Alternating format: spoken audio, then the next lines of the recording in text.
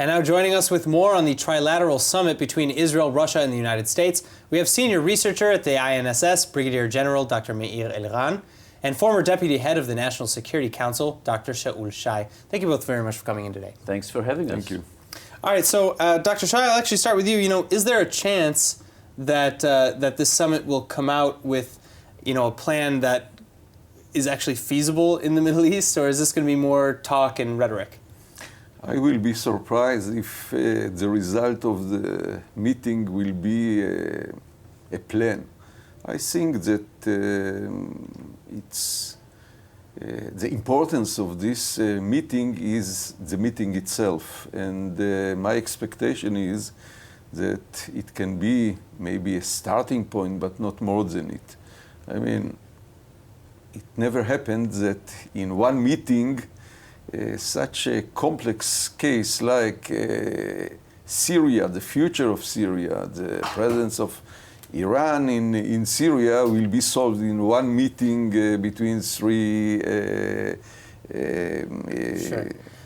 people. Well, I think that's fair, but do you think that they'll go towards something, or is this really more for show? Is this kind of like an on the face sort of thing, Dr. Well, I believe it's mostly a show. I wouldn't, but even though the word itself, show, is a little bit too much, so let's say it's a matter of appearance.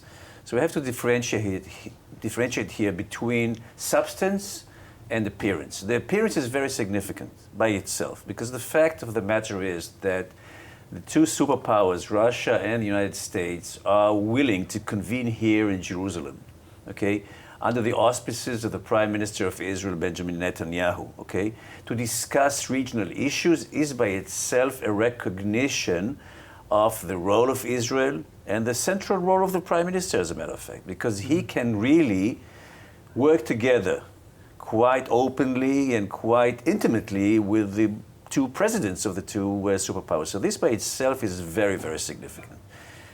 And image and appearances do make a difference in our present world. So having said that, when you're looking for substance, I tend to agree completely with my friend Shaul Shay here, because I think that the issues are overwhelming, and not only that, but contradictory in the sense that basically the United States and Russia are not sharing any basic common denominator. On the contrary, they are pretty antagonistic in general, and when it comes to Syria in particular. And the key issue here is Iran, of course. Sure. And in this respect, we know that the United States and Israel share a common vision about the role, or the negative role, of Iran in the Middle East in general, and in Syria in particular, while at the same time, the Russians have a completely different stand. And even though their relations with the Iranians is not necessarily totally compatible, still they are sharing very significant interests in Syria.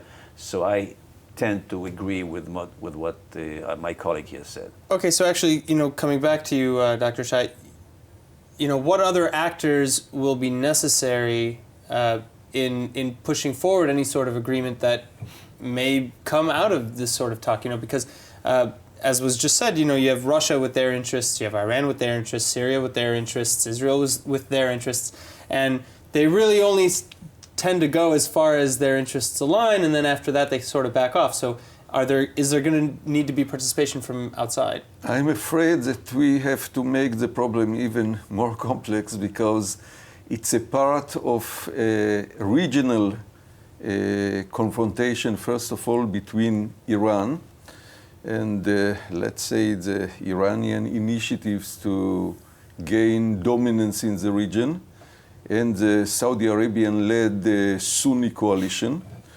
And on the other hand, it's the play of the big powers, United States and Russia. And of course, we have to take in consideration as well Turkey, that is deeply involved in the conflict in Syria. So you can imagine that to take all these players in one meeting to try to bridge over all the confronting positions, it's impossible. But I totally agree with my friend Meir that, of course, for Israel it's very important. I think that it's a message to the regional players that Israel has a significant role in any arrangement in the region, and it is recognized by the two big powers.